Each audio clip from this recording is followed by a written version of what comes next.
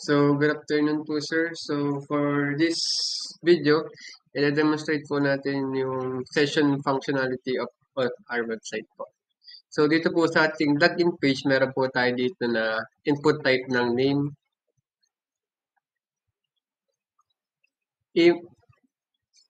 email, and then password po. So, after signing in onto our website, pabadala po tayo sa ating dashboard. So, as you can see on the top right corner of our website, na-inherit niya po yung name na inilagay natin sa login page, which is yung love. So, naglagay siya ng hello love. And then sa top left corner naman po, may kita din po natin yung name na love na na-inherit din po dun sa login page po natin na name ay love. And then yung image din po na ilalagay sana natin. So, ang access type po ng ating ginawang account is user.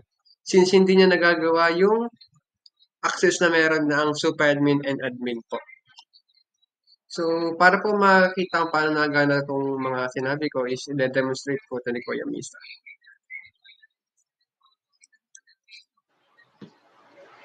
Para naman malaman natin kung paano gumagana ang session, tingnan natin itong ating login.php. So dito meron tayong session start para simulan yung session natin sa ating website.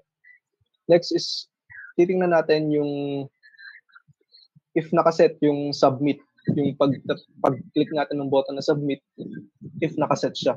So dito is meron tayong SQL query na sineselect lang natin yung name, email, and password para i-check natin kung existing na siya sa database.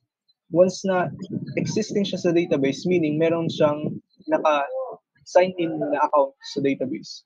So, that's where we start the session.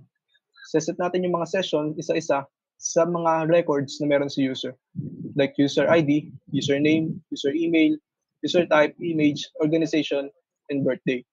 So, using these sessions, magagamit natin itong mga session na ito like user ID, sa iba pang mga page na kung saan meron din siyang dapat na session start. For example, pumunta tayo sa index.php kung saan na doon yung ating dashboard.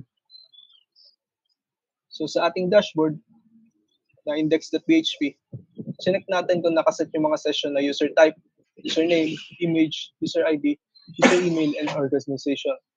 Dito sinistore natin sila sa mga variables na pwede natin gamitin sa ating dashboard. Tulad nitong username. So sa username is ginamit natin siya dito sa part na to ng ating dashboard. Kung saan dito natin nilagay yung hello, echo, username. Which is yung username ng currently logged in user. Ayun lamang po para sa ating session.